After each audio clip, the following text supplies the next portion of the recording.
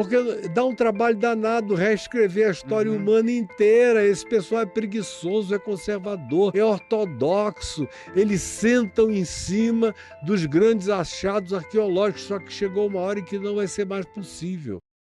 Por exemplo, Adão e Eva, eles devem ter vivido numa bolha. O fato é o seguinte, eles geraram 2 filhos, Caim e Abel. Caim matou Abel. Aí Caim foi expulso do paraíso. Saiu para uma cidade chamada Nod, que era uma cidade já, uma civilização super estruturada, e casou com uma mulher e teve muitos filhos. E a Bíblia não está nem aí para te explicar como é que isso aconteceu. Como é que a cidade já estava lá? Já estava lá. Se Adão e Eva tinham acabado de aparecer, ou se tinham aparecido, de onde já estava lá? Como, por exemplo, no capítulo 6, outra vez, antes dos Benai Elohim descerem e possuírem as filhas dos homens e gerarem os Nefilim, que em hebraico significam os filhos dos que caíram e que se tornaram gigantes, eram gigantes, seres desproporcionais, que estão sendo achados há muitos anos e a arqueologia encobre. A arqueologia não deixa que isso venha a público, porque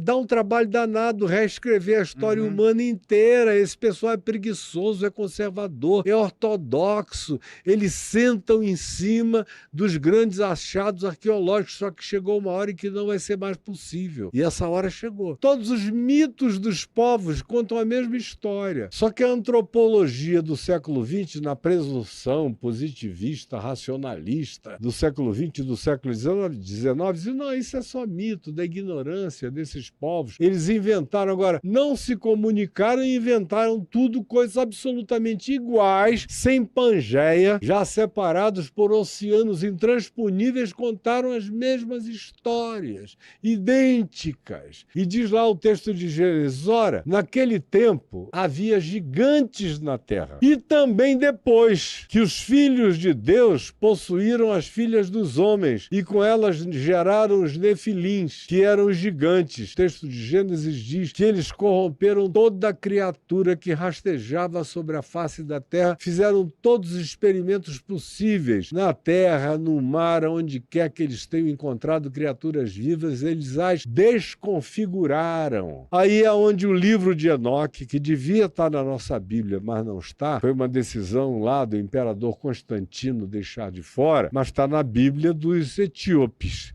Se você pegar a Bíblia dos etíopes, o livro de Enoque consta lá. Você vai ver a mesma história com detalhes. Que detalhes são esses? Que eles trouxeram essas tecnologias que eram entendidas pelos povos antigos como magias e que eles evocaram para si o lugar de adoração de deuses. Foram adorados como deuses por gerações e gerações e gerações. Corromperam a natureza humana, a natureza da criação, a natureza de todos os animais, de modo que quase tudo que a gente vê como mito, metade homem, metade peixe, metade isso, metade aquilo, não foi mito, foram coisas que aconteceram com experimentos genéticos.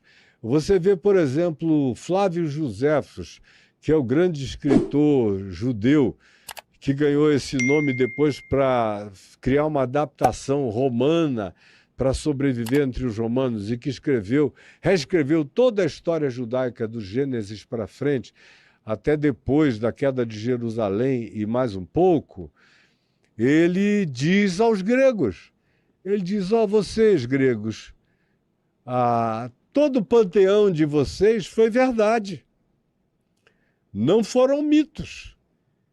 E ele diz, são os seres descritos em Gênesis, no capítulo 6, da fusão dos Benai Elohim com as filhas dos homens. De modo que o que Freud se apropriou como uma psicologia humana, usando o panteão greco-romano como simbolização, manifestação arquetípica exacerbada da natureza humana exagerada, de fato aconteceu. Se você quiser entender a psicologia desses seres pré-diluvianos, que decorreram dessa miscigenação de entes celestiais com as filhas dos homens e com a corrupção do gênero humano, em razão da qual veio o dilúvio, que foi um resetting, O dilúvio está explicitamente dito que não tinha mais saída. Se a humanidade, ou o que tinha restado da humanidade, continuasse daquele jeito, tinha acabado tudo há muito tempo atrás.